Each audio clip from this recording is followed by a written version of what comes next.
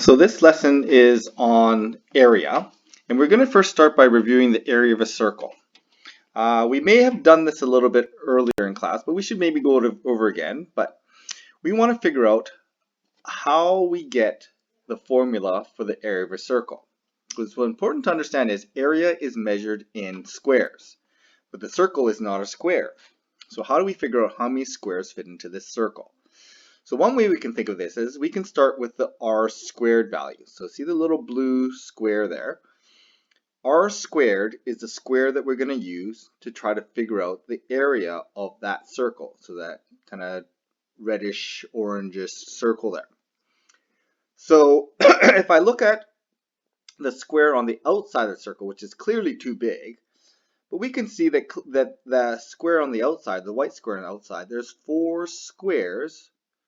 4 of those r squares make up that large square. Okay, and that's too big. That's too much area that we want for the circle.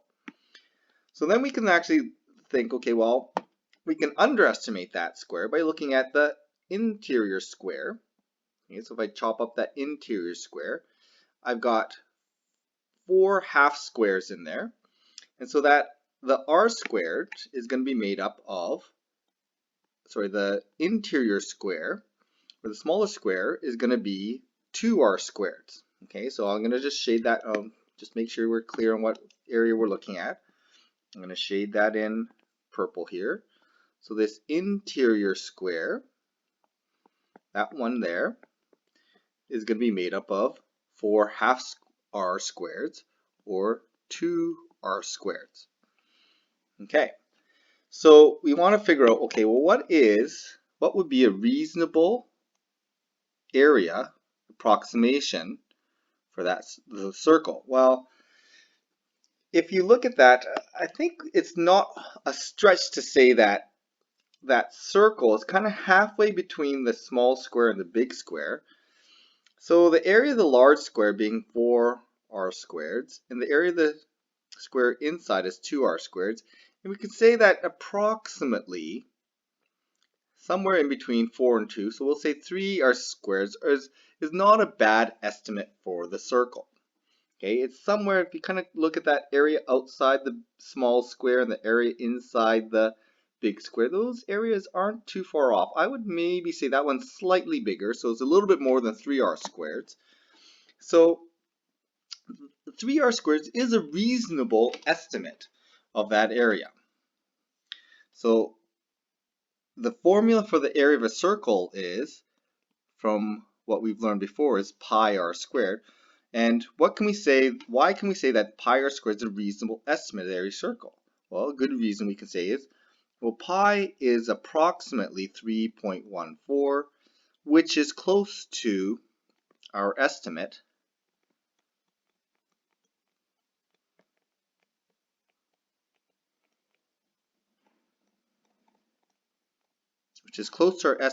of 3r squareds.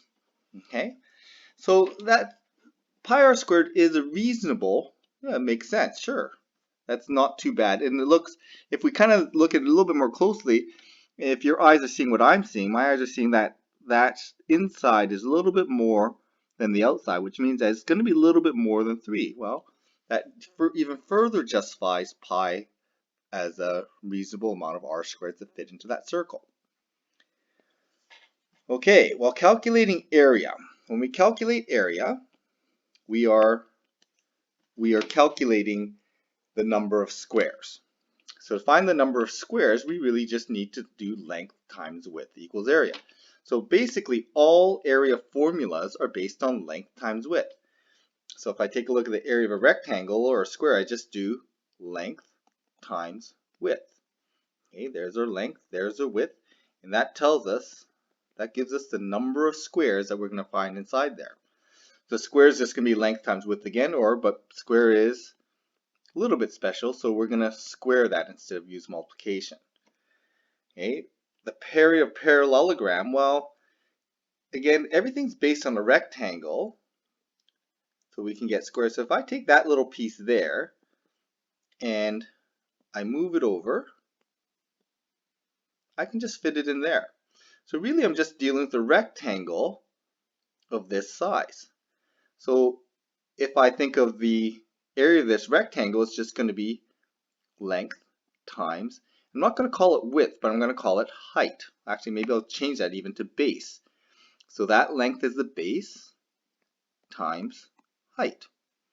So when I look at that, essentially I'm just making a rectangle. As long as I take 90 degrees, to get a square we need 90 degrees, my height at 90 degrees, and the length of the base, okay, that's going to give me the equivalent rectangle to that. And same thing here. This is going to be base times the height. Okay, and again, it has to be a 90-degree height. We don't use this length at an angle. That's wrong. Okay, we want to use the base times the height, the perpendicular height, the height at 90 degrees. So maybe I better draw it in there as the height, base times height. The triangle area is going to be based on a rectangle as well. If we take a look at that rectangle, this triangle area is exactly half of that rectangle. So basically we want base times height, but we don't want the whole area. We're going to only take half of it. Okay, and so the same thing. It doesn't matter if it's an equilateral triangle. We still can make our rectangle base times height. Yeah, we don't want the whole thing. We only want exactly half of it. So we're going to do base times height divided by 2. So triangles are half of the rectangle. And again, we did the area of a circle. If I have r, I can make my r squared like that. And we know that about 3 of those fit in there. And we're going to say pi of them fit in there. The other thing we could say is we could take a diameter square.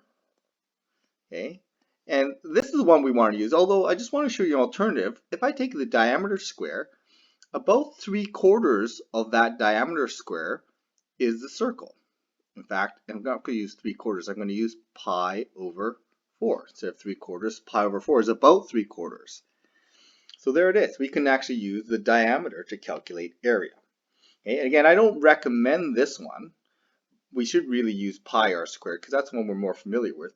There's nothing wrong with this. This one works. Okay. So the area of the playground is 180 meters squared. It's a rectangular playground. It doesn't say rectangle, but we should assume it's rectangular. So I have a playground like this. There's 180 squares in here. And I have a side length of 12. Okay. How long is that playground? Well, our multiplication model, this is our multiplication model. We know that length times width equals area, or area divided by length equals width. So if I want to find out that width, I can do 180 meters squared divided by 12 meters. 180 divided by 12 is 15. Meters squared divided by meters is 15 meters. So we can get our 15 meters that way. And notice that the units also are important. Meters squared and meters.